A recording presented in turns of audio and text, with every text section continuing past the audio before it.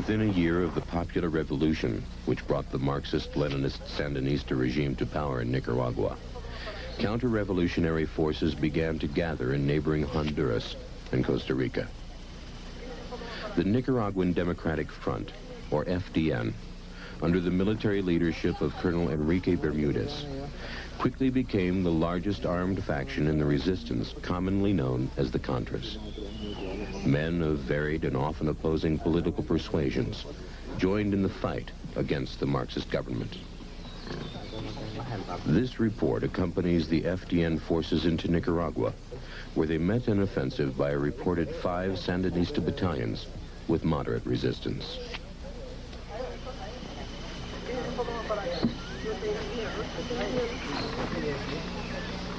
The patrol sets out from San Andres to Bocay on the Honduran-Nicaraguan border. Fresh from their rest in Honduras, the fighters are confident and well supplied with new ammunition and weapons. Intent on their mission, they move through the dry May jungle beside the Bocay River.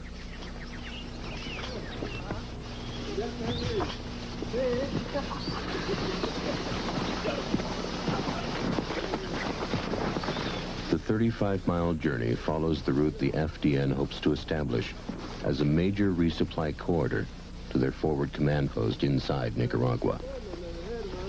At present, the air mobility of the Sandinista forces has prevented the FDN from setting up permanent bases inside the country and securing overland resupply routes. Crossing the Bocay River and continuing deeper into Jinotega province, the patrol encounters groups of 6 to 8 FDN fighters who maintain positions along the resupply route. The encampments are in areas that have been cleared by burning the jungle.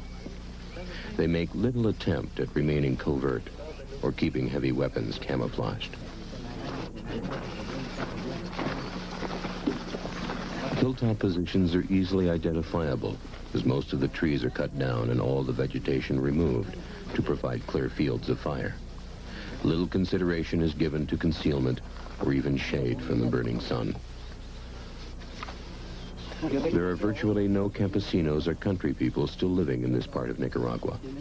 Many have been relocated to other areas by the Sandinista government. Others have fled to Honduras or Managua to escape the fighting. As a result, food is scarce and the existence Spartan. The daily meal usually consists of rice or beans, fried bananas and coffee. But even these basic commodities often run out, and the fighters go hungry.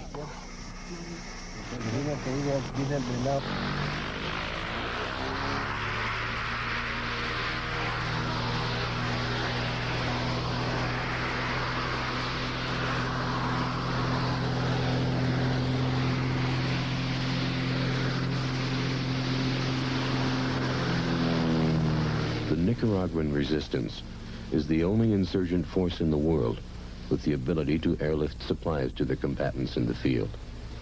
Aid provided by the United States Congress, along with donations from various private organizations and individuals, has paid for a fleet of aircraft, which at present drop over 600,000 pounds of supplies a month to an estimated 10,000 freedom fighters inside Nicaragua. However, political pressure from the Honduran and Costa Rican governments threatens the continued operation of the Contra Air Force from landing strips in their countries. It appears that the availability of these facilities is maintained only upon the insistence of the United States government. After an aerial resupply, the material has to be transported to secret caches and distribution points. Pack animals and porters are used in the mountainous central provinces. Canoes with outboard motors move stores and munitions along rivers in sparsely populated areas. In the northern region, the Mosquito Indians, expert navigators of the jungle rivers, ferry fighters and equipment during the night. But in areas where the Contras have nominal control, river movement takes place by day, despite the threat of aerial surveillance and interdiction. The man-pack artillery used inside Nicaragua by the freedom fighters consists of U.S. caliber mortars. The brand new 60mm mortars seem to be favored as they are light and maneuverable.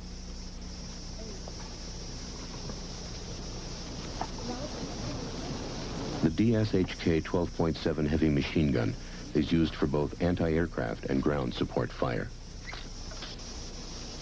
The deadly high-explosive rounds are handled easily by a female fighter acting as a feeder in the gun crew. Being heavy and unmanageable, the bipod and sights for this U.S. 81mm mortar were left behind, rendering the weapon virtually ineffective. A variety of personal weapons are carried, but the robust AKMs and AK-47s predominate. The weapons of communist origin are often new, as illustrated by this Soviet Dragunov sniper's rifle. Section machine guns include American, European, and communist weapons, using a number of different caliber rounds.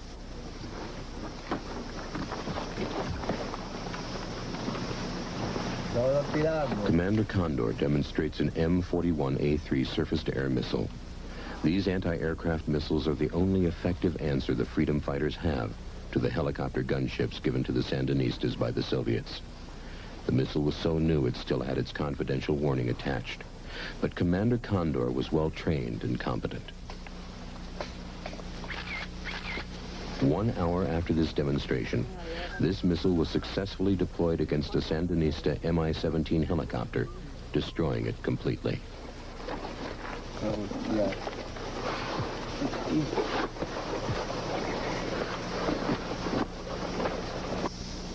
Many observers expect the Contra forces to launch a major offensive this year. Reports indicate that the majority of freedom fighters are now inside Nicaragua, despite increased Sandinista activity. The number of military incidents as a direct result of their presence has risen to over 300 per month. But it is unclear whether these are all initiated by the rebels. The commanders of the Contra forces foresee a protracted war of attrition, in which every day that their fighters are merely present in Nicaragua causes a progressive deterioration in the Sandinistas' ability to govern the country. As in any guerrilla war, the popular support of the local people is essential to success. But the sparse population in the main operational areas is hard-pressed to aid the Contras. Rationing and state controls imposed by the totalitarian government make it difficult to obtain supplies from commercial sources. Resupply from external depots is essential, but to do this by air is expensive. Limited resources dictate that secure overland routes must be established. Realizing this, the Sandinista military announced that it would launch a major offensive to disrupt the Contras' attempts to develop an overland supply corridor. The freedom fighters wait, preparing to put up a limited resistance before disappearing into the jungle. Some begin digging foxholes, having decided that their chances are better below ground level, although this is not common practice.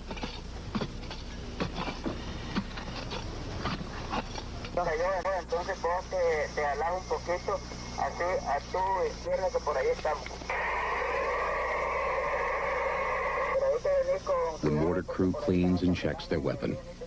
Recently supplied ammunition is unpacked and placed ready to be primed and used in the coming battle.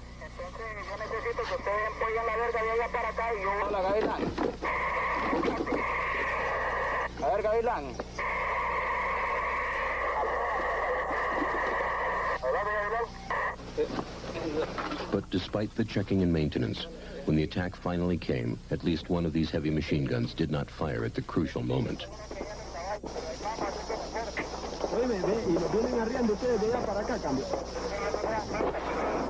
The Sandinista attack came in the early morning. Commandant Mike Lima, officer commanding the defense and counterattacks, directs operations by radio from a command post in the hills.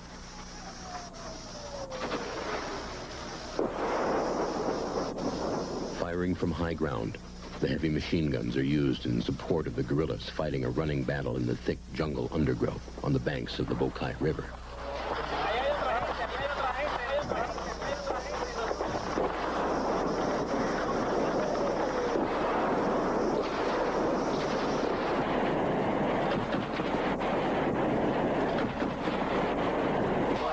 In the valley, a very young Contra directs his 60mm mortar fire at the advancing Sandinista troops, the fall of his rounds being observed and coordinated from the vantage point of the command post.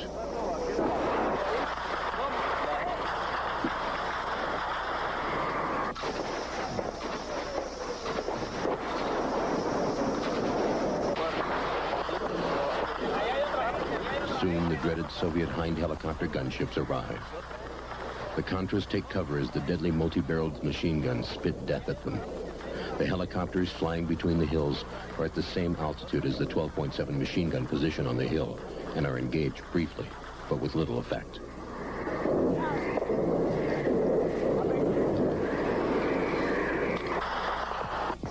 The gun position on the hill is soon bracketed by effective enemy mortar fire, causing it to be temporarily abandoned.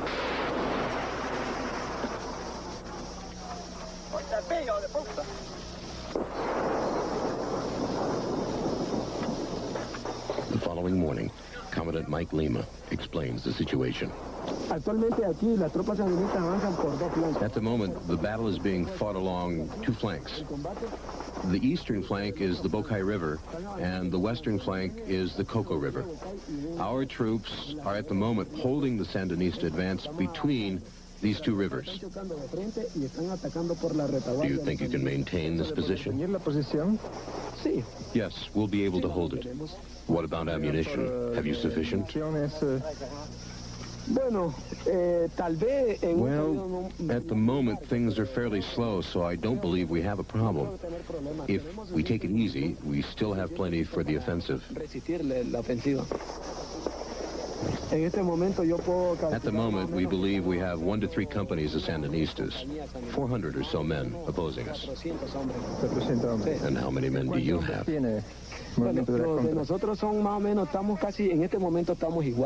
Well, at the moment, things are about equal. They have about 400, and we have about 400. We think they probably will have more men behind them, but for the moment, well, we're about equal.